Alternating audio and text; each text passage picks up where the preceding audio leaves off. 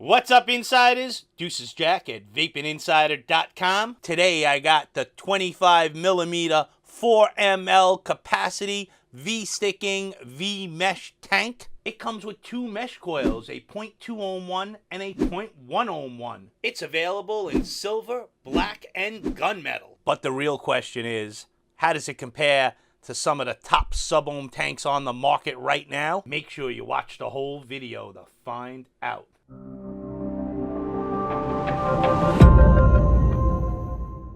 Very, very generic packaging. I don't understand. I mean, just blah, right?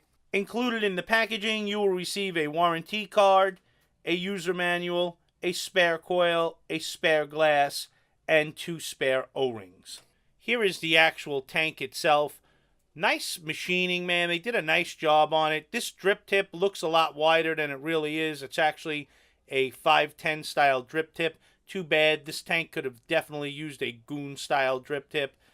Top fill port cap comes off rather easily. Real nice machining. Decent sized juice fill ports. They're a little on the narrow side, but they should accommodate most bottles. Machining on it again, just real nice. About a turn and a half and it's fully closed. On the bottom, got that same type of design there, right? Bottom airflow. Stoppers on both ends. Airflow tolerance is nice. Whatever you adjust on one side happens on the other. On the bottom of the atomizer, you can see it says Vsticking VMesh tank. Gold-plated 510, insulator ring, stainless steel threading.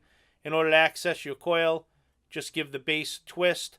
Coil comes out with the base. I do have the bubble glass installed. The bubble glass holds 6 mLs. The straight holds 4. Here is the pre-installed coil, 0.2 ohm coil, rated from 40 to 100 watts with a best of rating of 60 to 70.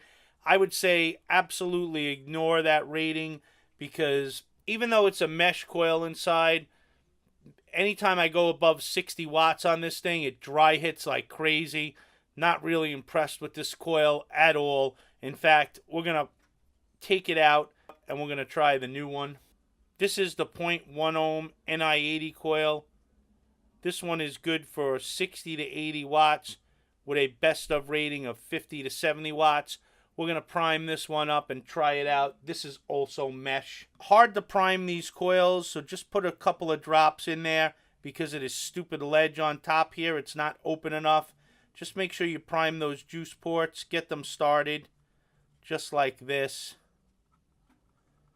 Okay, once they're all started up, take your coil and your base and just screw it right in there.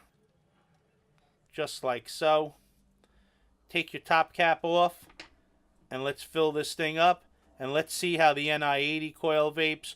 Hopefully it vapes better than the other coil because that other coil was just terrible. It was dry hitting like crazy. The flavor was okay, but I had to run it at like 55 watts in order to get it not to dry hit.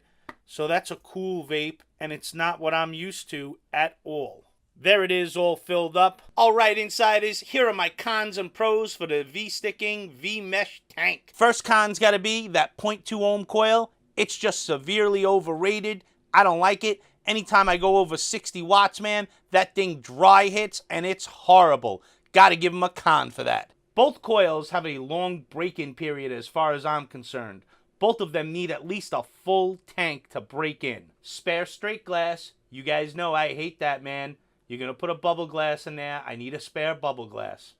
Con. And the last con's going to be, you put a 510 drip tip on this thing, man. Are you guys kidding me? It's begging for a goon. It needed a wider drip tip at the base, especially if you're going to be running a mesh coil. Just silly. You should have put a 510 drip tip adapter in there if that's the way you wanted to go. Let people run their wider drip tips on a mesh coil. And that's it on the cons. Let's move on to the pros. First pro is going to be, I like the machining on it. It's well built. I got to give them a pro for that. The next pro is, even though I don't like that it's a 510 drip tip, the drip tip itself is actually really nice. So I'll give them a pro for that. It's got nice flavor and clouds. Nothing like, oh my God, but it's good. The airflow on it is really smooth. And that's it, man. That's all I got for you on this one. I don't know, how does it compare to some of the best sub-ohm tanks on the market today? I gotta say, man, it's no big shakes. It's just very middle of the road, very meh. I want to thank Health Cabin for sending this one to me for review. Make sure you check out the link down below. Make sure you click the thumbnails on the screen. Check out some of our other videos. And that's it, folks. That's all we got today. You keep living that vape life. We're out of here. Deuces.